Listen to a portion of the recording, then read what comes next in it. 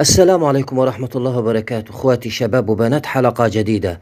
فيديو إقبال التركية، إقبال أوزونر وسميح جيليك حيث جدران أدرينكابي قلعة الفاتح، حيث يوم الجمعة 4 من أكتوبر تشرين الأول لعام 2024 في الساعة 4 مساء بتوقيت تركيا انقلبت الساعة من ساعة استجابة إلى ساعة سوداء اتشحت فيها اسطنبول بالسواد لوقع جريمة وحشية شغلت الصحافة التركية ل3 أسابيع متوالية. نأخذ منها العبرة والعظة ونتعلم من أخطاء الغير.